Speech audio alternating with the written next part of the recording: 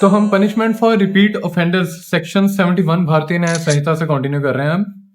Whoever has been previously convicted of an offence punishable under section 64, 65, 66 rape offences and subsequently very simple कहता है कि जिस इंसान को पहले भी कन्विक्शन हो चुकी है किसी ना किसी रेप ऑफेंस के लिए और सपोज करो 10 साल की सजा हुई या 15 साल की सजा हुई, काट के दोबारा बाहर आया, फिर से उसने रेप कमिट कर दिया, फिर दोबारा से कन्विक्शन होगी, तो अब दो तरीके की सजा ही दे सकते हैं, या तो नेचुरल लाइफ तक इम्प्रिजनमेंट या फिर सजाए मौत।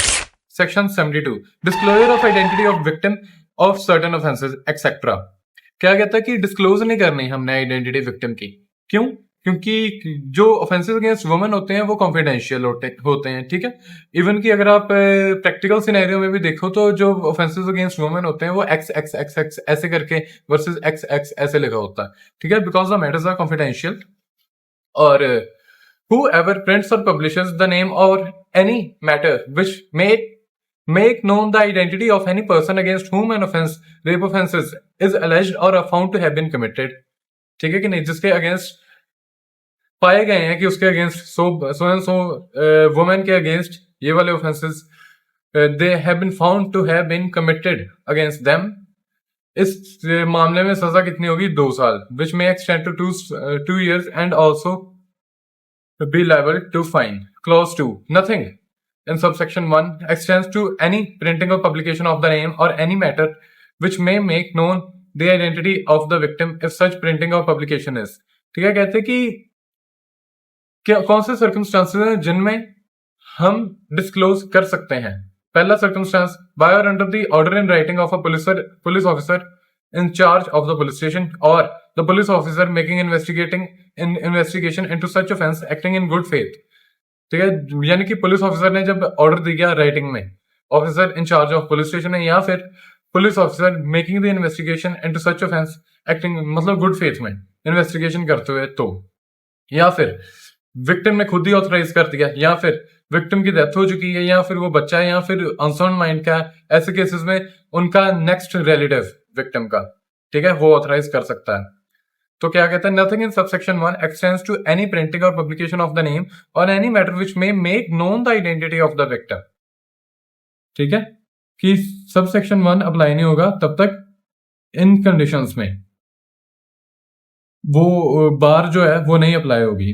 प्रोवाइजो पढ़ते हैं, provided that no such authorisation shall be given by the next of the kin, कि रिश्तेदार तब वो ऐसी situation no authorisation shall be given by the next of the kin to anybody other than, यानी कि रिश्तेदार ने जो ऑथराइजेशन देनी है वो किसी और को नहीं दे सकता अदर देन चेयरमैन और secretary by whatever name called of the recognised welfare institution organisation, यानी कि वो ये ऑथराइजेशन किसको दे सकता है? चेयरमैन को या सेक्रेटरी को, वेलफेयर इंस्टीट्यूशन ऑर्गेनाइजेशन के को, ठीक है। वेलफेयर इंस्टीट्यूशन ऑर्गेनाइजेशन क्या है? जो सेंट्रल गवर्नमेंट या स्टेट गवर्नमेंट की अथॉरिटी से बनाया गया है, ठीक है। सेक्शन 73 प्रिंटिंग और publishing any matter relating to court proceedings without permission. Printing करनी या पब्लिशिंग करनी किसी भी मैटर की जो कोर्ट प्रोसीडिंग से रिलेट हो रहा है बिना परमिशन के। अगर whoever prints or publishes any matter in relation to any proceeding before a court with respect to an offence referred to in section 72, ठीक है, without the previous permission of court, court की permission के बिना ही कर दिया तो 2 साल की सजा होगी, ठीक है, without the permission of court. Explanation पढ़ते हैं, प्रिंटिंग और publication of the judgment of any high court और supreme court does not amount to offence, क्योंकि वो रिपोर्टेड जजमेंट्स होती हैं। हाई कोर्ट जब भी फैसला देती है या सुप्रीम कोर्ट देती है फैसला, they are the reported judgments, कोई ना कोई लॉ की एलेबोरेशन वो करते हैं, क्लैरिटी प्रोवाइड करते हैं एक सर्कमस्टांस के लॉ लीगल सिनेरियो के ऊपर, तो उसकी प्रिंटिंग और पब्लिशिंग जो होगी उसको इस ऑफेंस के दायरे में नहीं लिया जाएगा, ठीक है। तो ये रिपोर्टिंग के अलावा अगर आपने पब्लिशिंग करनी है कोर्ट प्रोसीडिंग के लिंक में तो सेक्शन 73 अप्लाई होगा, स्पेशली तब जब आपने परमिशन नहीं ली कोर्ट से, यानी कि कोर्ट की प्रोसीडिंग कभी भी पब्लिश करनी है, हाई कोर्ट और सुप्रीम कोर्ट की रिपोर्टेड जजमेंट के अलावा कुछ भी आपने पब्लिश करना है, या मीडिया से हो आप, है ना, लेकिन आपने पब्लिश कर दिया, परमिशन नहीं ली कोर्ट से, तो ये ऑफेंस आपके खिलाफ बन जाएगा। Section 74 assault or use of criminal force to women with intent to outrage her modesty. Outrage her modesty वाला ऑफेंस 354 आईपीसी में पहले होता था। क्या कहता है कि असॉल्ट किया लड़की को, क्रिमिनल फोर्स की उसके ऊपर। पहला इंग्रेडिएंट कौन सी नीयत से, दूसरा इंग्रेडिएंट की इंटेंशन क्या थी कि आउटरेज करनी है, और नहीं it to be likely that he will outrage her modesty, यानी कि उसकी इज्जत पर हाथ डालना, उसकी इज्जत को उछालना, उसकी इज्जत के साथ दुर्व्यवहार करना, shall be punished with imprisonment of either description of a term, कम से कम 1 साल, मैक्सिमम 5 साल।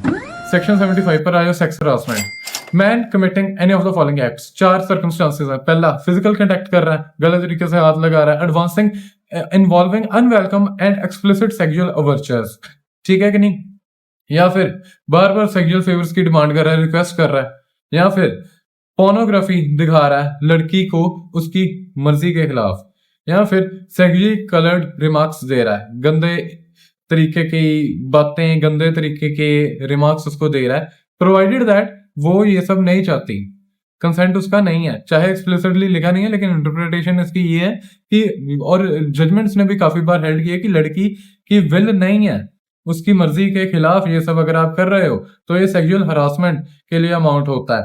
लेकिन इसकी सजाएं 2 हैं।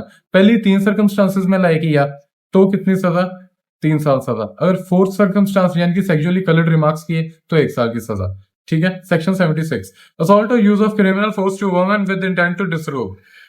इस तरीके से क्रिमिनल फोर्स का इस्तेमाल किया है या लड़की को असॉल्ट किया कि उसके कपड़े उतारने की, वस्त्र हरण करने की कोशिश करी, ठीक है, तो क्या सजा होगी। इसमें कुछ ज्यादा कंसेप्ट नहीं है, बस इतना ही है कि इस नियत से आपने काम किया कि वो, इस नियत से आपका एक्ट था कि वो आप चाहते हैं कि नेकेड हो जाए, ठीक है, तो मिनिमम सजा 3 साल, मैक्सिमम सजा 7 साल।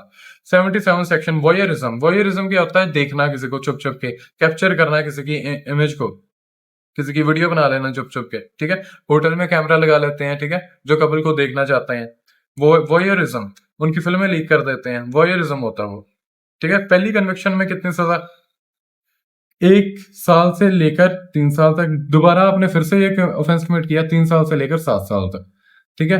प्राइवेट एक्ट की एक्सप्लेनेशन दी हुई है कि प्राइवेट एक्ट एक ऐसा एक्ट होता है जिसको एक औरत नहीं एक्सपेक्ट करती कि उसको देखा जाएगा ऐसी सिचुएशन में, ठीक है, मतलब वो प्राइवेट एक्ट हो सकता है, या कपड़े बदलना, या कोई भी प्राइवेट एक्ट करना, ठीक है। एक्सप्लेनेशन दो, वुमेन, जहां पे लड़की ने कंसेंट दिया है, women consents to the capture of the images और any act but not to their dissemination to third person, such act is disseminated shall be considered as, यानी कि लड़की ने चाहे वीडियो बनाने की इजाजत आपको दी, लेकिन फिर भी उसने ये इजाजत नहीं दी थी कि औरों को आप दिखा दो, लेकिन आपने औरों को दिखा दिया, तो अर्थात आपने ऑफेंस कमिट कर दिया वॉयरिज्म का।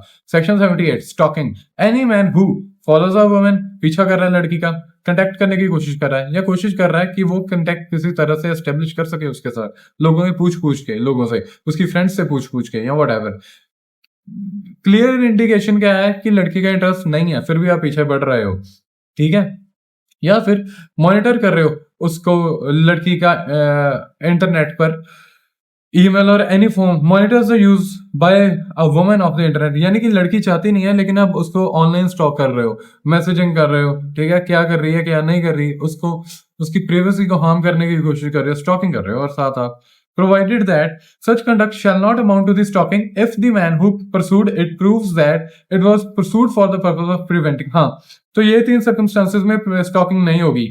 कि कौन से circumstances हैं? पहला circumstance कि अगर आप pursue it was pursued for the purpose of preventing or detecting a crime, यानी कि and the man accused of stalking had been entrusted with the responsibility of prevention or detection by the state, यानी कि सरकारी नौकर है, ठीक है, सरकारी ऑफिसर हो आप, और आप किसी का पीछा कर रहे हो इसलिए कि ऑफेंस होने की आशंका है, लेकिन वो हो ना जाए कहीं, ऑफेंस को रोकने के लिए, ठीक है, या फिर ऑफेंस कोई होने जा रहा है उसको पकड़ने के लिए, तो आपने स्टॉकिंग नहीं कमिट करी। दूसरा, proceed under any law to comply with the condition और रिक्वायरमेंट इम्पोज्ड बाय लॉ, यानी कि लॉ ने आपको दी थी इजाजत, आपको रिस्पॉन्सिबिलिटी सौंपी थी कि आपने इस बंदी का करना है, आपने स्टॉक करना है, क्यों करना है, उसके सो एंड सो पर्पसेस हैं जो आपको स्टेट ने दिए हैं, कंट्री ने आपके दिए हैं।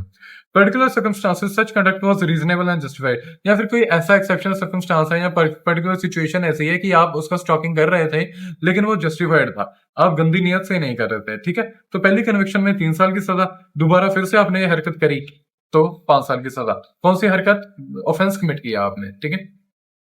तो सेक्शन 79 वर्ड जेस्चर और act intending to insult modesty of a woman, ठीक है कि नहीं। ये सेक्शन 354 जो कि अब आउटरेजिंग द मोडेस्टी सेक्शन 74 में लाया करता है, उसका लाइटर वर्जन कह सकते हो कि जब ऑफेंडर ने, अक्यूज पर्सन ने कुछ ऐसे वर्ड्स बोले या साउंड निकाली या इशारे किए या चलते फिरते लड़की को, है ना, कुछ ऑब्जेक्ट दिखाया इस तरीके से कि उसकी आपने इंसल्ट करी है, उसकी इज्जत को हानि पहुंचाई है, जैसे लड़के चलते फिरते करते हैं, गंदे गंदे कमेंट पास करते हैं लड़कियों को, ठीक है। तो वो किस सर्कमस्टांस में फॉलो करते हैं, सेक्शन 79 भारतीय न्याय संहिता में। ये एक उदाहरण है, ऐसी बहुत सी उदाहरणें बन सकती हैं, ठीक है। तो कंसेप्ट आप समझ गए कि वर्ड जेस्चर एक्ट इस नियत से करा कि उसकी इंसल्ट हो, उसकी इज्जत को क्षति पहुंचाएं आप अगर, तो कितनी सजा होगी, मैक्सिमम 3 साल तक, ठीक है। आगे आओ, very important section, dowry death, section 80। Cruelty के केस में, हरासमेंट के केस में या डाउरी के केस में कब, जब उसकी 7 साल भी नहीं कंप्लीट हुए शादी को, ठीक है। यानी कि डेथ होगी लड़की की, उसको जला दिया गया या ऐसी बॉडीली इंजरी दे दी गई, ठीक है। ऐसी सिचुएशन में उसकी डेथ हुई अदर देन नॉर्मल सर्कमस्टांस, जैसे मतलब नॉर्मली ऐसे होती नहीं है, अलग से सर्कमस्टांस में, जैसे उसने सुसाइड कर लिया 7 साल के अंदर अंदर, and it is shown that soon before her death she was subjected to cruelty or harassment by her husband or any relative of her husband or in connection with the demand of dowry, ठीक है। such death shall be called dowry death। Connection किससे बन रहा था 7 साल के अंदर, एक तो डेथ होगी अननेचुरल सर्कमस्टांसेस में हुई, और कनेक्शन बन रहा था डाउरी के साथ, ठीक है, हरासमेंट के साथ या क्रुएल्टी के साथ, उसके साथ, ठीक है। तो shall be called dowry death। क्या क्रुएल्टी या हरासमेंट या डाउरी के कनेक्शन में कुछ भी हुआ तो वो डाउरी डेथ की मान ली जाएगी, चाहे क्रुएल्टी और हरासमेंट ही हो रही थी, ठीक है। कम से कम सजा 7 साल, मैक्सिमम सजा लाइफ इंप्रिजनमेंट। यहाँ पे एक इंपॉर्टेंट बात लिखो कि causing death preceding an unlawful act, ठीक है। कोई भी अनलॉफुल एक्ट हुआ उसके पहले डेथ हो जाती है, कंस्ट्रक्टिव होमिसाइड होता है। अनलॉफुल एक्ट क्या होता है, क्रुएल्टी की आपने, हरासमेंट किया या डाउरी की डिमांड करी, ठीक है, लेकिन डेथ होगी उसके पहले, कर रहे थे आप, ठीक है। ये सब चल ही रहा था कि प्रीसीडिंग डेथ होगी, preceding that act death has been committed, तो ये कंस्ट्रक्टिव होमिसाइड में आता है। डाउरी डेथ कंस्ट्रक्टिव होमिसाइड की उदाहरण है, सेक्शन 80 भारतीय न्याय संहिता में दिया। Thank you.